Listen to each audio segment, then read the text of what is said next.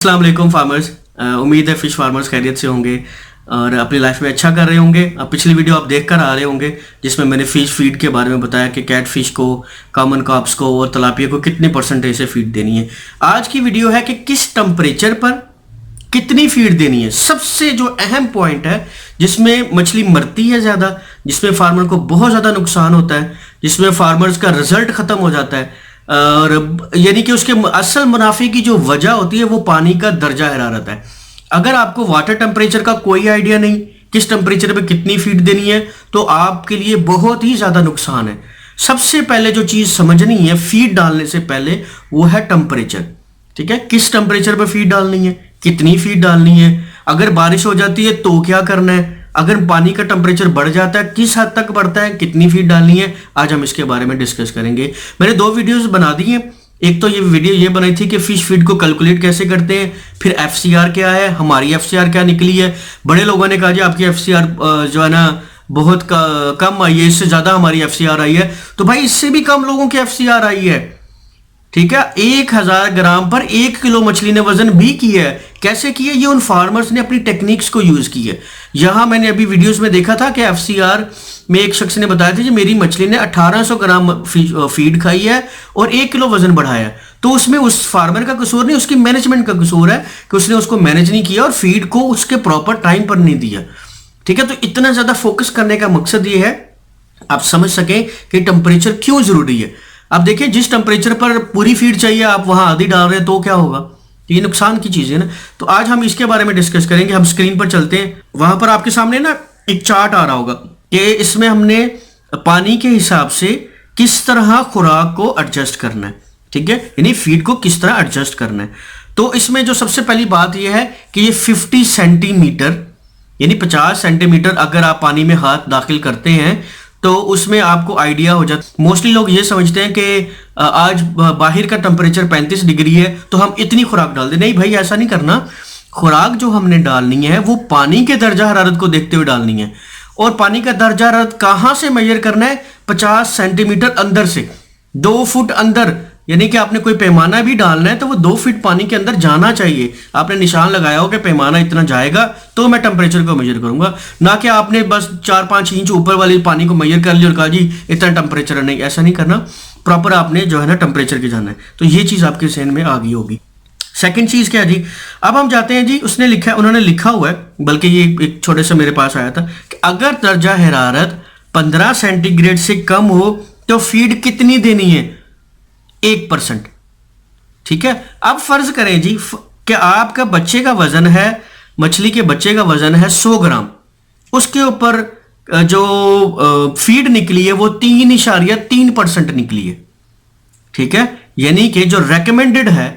लेकिन अब टेम्परेचर को मद्देनजर रखते हुए तो हमने देखना है कि 100 ग्राम के बच्चे को आज के दिन के हिसाब से 3.3% खुराक देनी है, लेकिन टेम्परेचर कम है। अब क्या करें, अब जनाब आपने फीड को उस हिसाब से एडजस्ट करना है। कितने परसेंट देनी है, सिर्फ 1%। अगर वो भी इन केस आपने दिन में एक बार देनी है, वो सिर्फ ये देखते हुए कि क्या मछली खुराक खाएगी या नहीं खाएगी। ऐसा नहीं कि आपने पूरे तालाब में एक्सपेरिमेंट कर देना। नो, आपका जो सबसे छोटा तालाब है आपने सबसे पहले वहां ट्राई करना है कि क्या इस टेम्परेचर पर मछली खुराक खा रही है। अमूमन कैटफिश खा लेती है। ठीक है, यानी जो शिकारी है जैसे सोल है, मल्ली है, ये मछलियां खुराक खा लेती हैं, इस टेम्परेचर पे भी चली जाती हैं। लेकिन कॉमन कार्प्स को थोड़ा टेम्परेचर अच्छा चाहिए होता है तो फीड की कंजप्शन कम कर दे। तो ये आपने एहतियात करनी है। अगर पानी का दर्जा हरारत 15 डिग्री से कम है तो खुराक को टेस्ट के तौर पर डालें। अगर मछली खा लेती है तो ठीक है, अदरवाइज उसको बंद कर देंगे। ठीक है, हो गया। अच्छा, ये कितने हफ्ते में कितनी बार ऐसा करना है, 3 दफा। ये भी आपके सामने नजर आ रहा होगा। ठीक है जी, 100 ग्राम का बच्चा है, 15 डिग्री टेम्परेचर है पानी का, उसको अपने 1% खुराक देनी है। किसका 1% देनी है, उसके वजन का 1% देनी है। ठीक हो गया, उसके वजन का 1% आपने देनी है। वो जैसे मैंने पिछली वीडियो में बताया कि आप कैसे कैलकुलेट कर सकते हैं। ठीक है, तो दिन में कितनी बार देनी है, दिन में नहीं बल्कि हफ्ते में 3 दफा देनी है, क्योंकि टेम्परेचर पानी का कम है। तो बहुत सारे सवाल थे इस बारे में, उम्मीद है वो क्लियर हो जाएंगे। सेकंड चीज क्या है, अगर टेम्परेचर 16 डिग्री से 19 डिग्री के दरमियान में है तो फीड कितनी देनी है। तो फीड हमने देनी है 60%।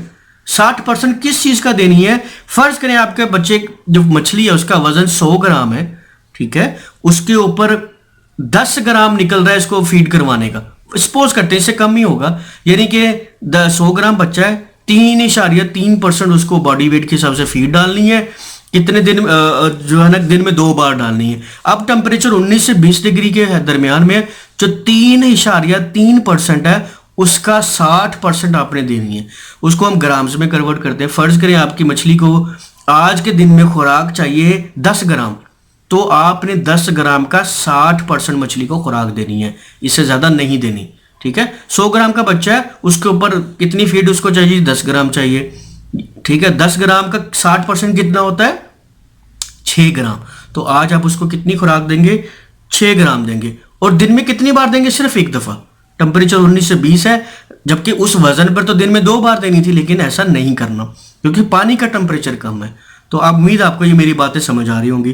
तीसरा टेम्परेचर है 20 डिग्री से लेकर 24 डिग्री तक, ठीक है। अब यहां पर कितनी परसेंटेज खुराक देनी है, यहां पर हमने 80% खुराक देनी है। कौन सी खुराक देनी है, जो हमारे पास चार्ट में निकली है, ठीक है ना। अच्छा, मैं आपको एक अपने पर्सनल एक्सपीरियंस भी शेयर करता चले जाऊं कि हर महीने नहीं, हर हफ्ते, हर 15 दिन के बाद जब आप इंस्पेक्शन करते हैं ना अपनी मछली की, उसको जाल लगवाते हैं और जाल छोटा सा लगा के उसमें एवरेज वजन निकालते हैं। फर्ज करें आपका 5 एकड़ का तालाब है, आपने मार्च की 15 तारीख को या 30 तारीख को उसमें जाल डाला है, या आपने चलो फर्ज करें जो आपने शिफ्टिंग लेट की है तो मई के महीने में चल जाते हैं, अप्रैल या मई के महीने आपने निकाला, आपने उसमें से 30 से 40 दाने निकाले हैं, उनकी एवरेज निकाली है, उनकी एवरेज निकली है 200 ग्राम, ठीक है। हर 15 दिन के बाद चेक करना है, 200 ग्राम निकली है तो आपने अब फीड को एडजस्ट वैसे करना है।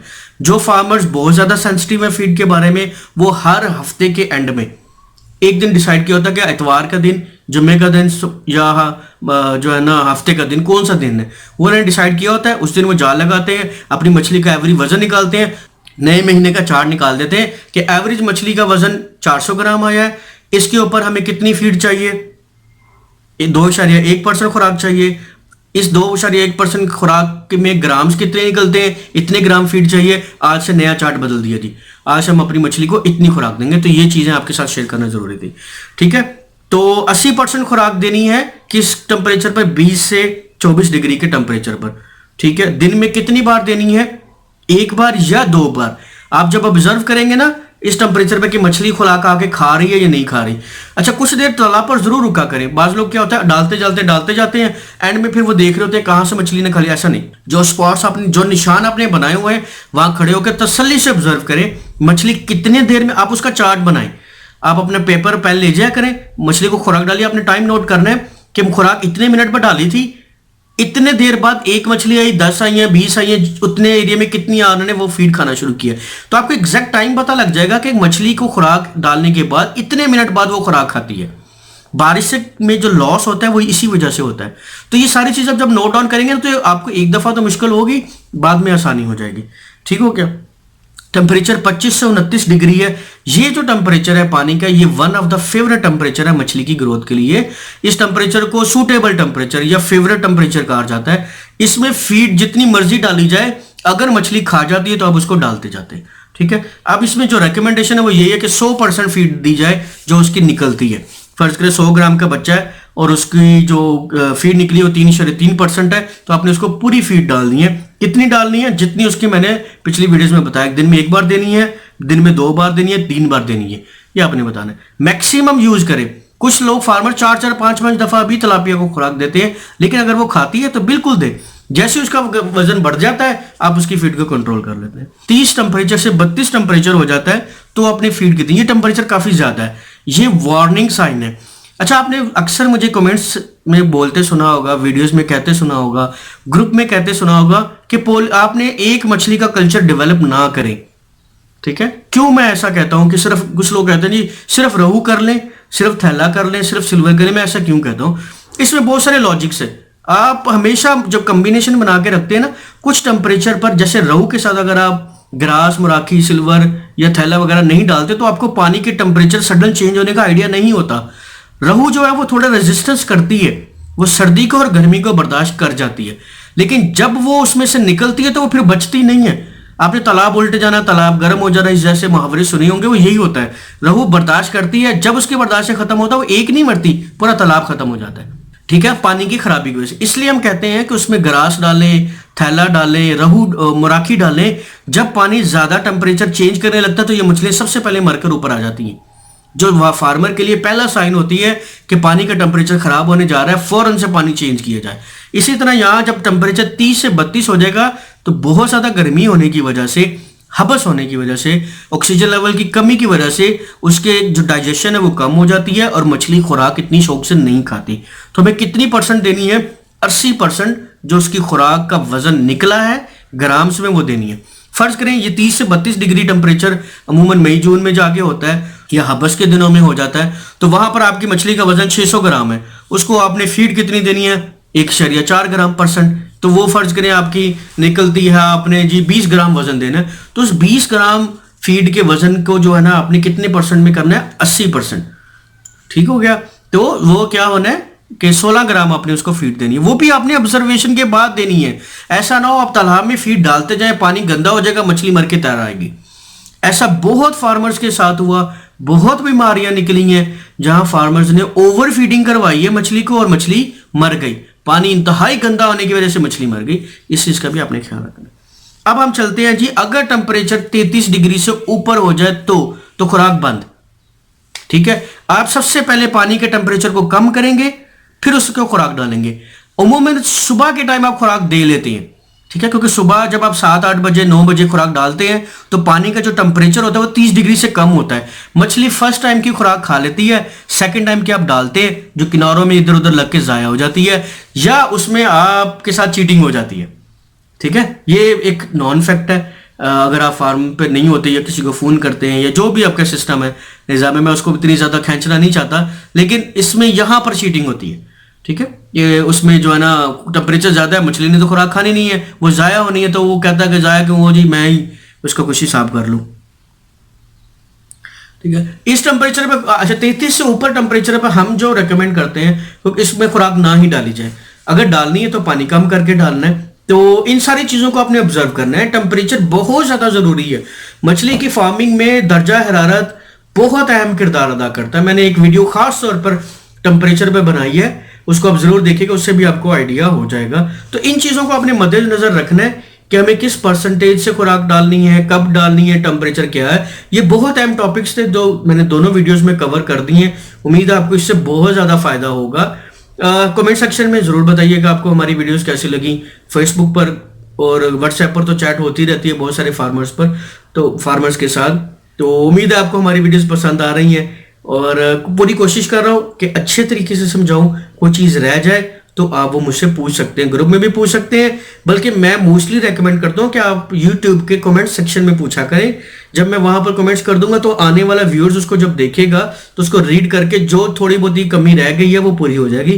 क्योंकि कोई भी शख्स मुकम्मल नहीं होता, किसी भी शख्स के पास मुकम्मल नॉलेज नहीं होता, चाहे वो नंबर 1 फार्मर क्यों ना हो दुनिया का, उसके पास मुकम्मल नॉलेज नहीं होगा। वो सीखने की कोशिश में जाता है। जो शख्स सीखने की कोशिश में रहता है वही नंबर 1 बनता है। मैंने बड़े फार्मर ऐसे देखे जो कहते हैं जी मुझ जैसा तो फार्मर ही कोई नहीं है। ठीक है, जब वो मार्केट में अपनी चीज लेकर आते हैं तो पता लगता है जनाब आप तो कहाँ घूम रहे हैं, आपसे बड़े बड़े फार्मर्स पड़े हुए हैं। तो जब आप लर्निंग में जाते हैं ना, सीखने के अमल में जाते हैं, तो फिर आपको नॉलेज मिलता है, फिर आप अपनी चीजों को समझते हैं और उसके ऊपर ओपन फील्ड बनाते हैं कि यार कोई मुझे यहाँ सजेशन दे। लेकिन जब आप किसी चीज में डेडलॉक कर लेते हैं तो फिर चीजें नहीं समझ पाती। तो उम्मीद है आप लोगों को मेरी वीडियो पसंद आई होगी। कमेंट सेक्शन में जरूर बताइएगा। पेज को लाइक करें, शेयर करें, सब्सक्राइब भी करें और दूसरों तक भी इंफॉर्मेशन पहुंचाएं ताकि ये वीडियो का जो सिलसिला चलता रहे और बहुत सारे फार्मर्स की हेल्प हो सके। तब तक के लिए इजाजत है जी। वस्सलाम, अल्लाह हाफिज।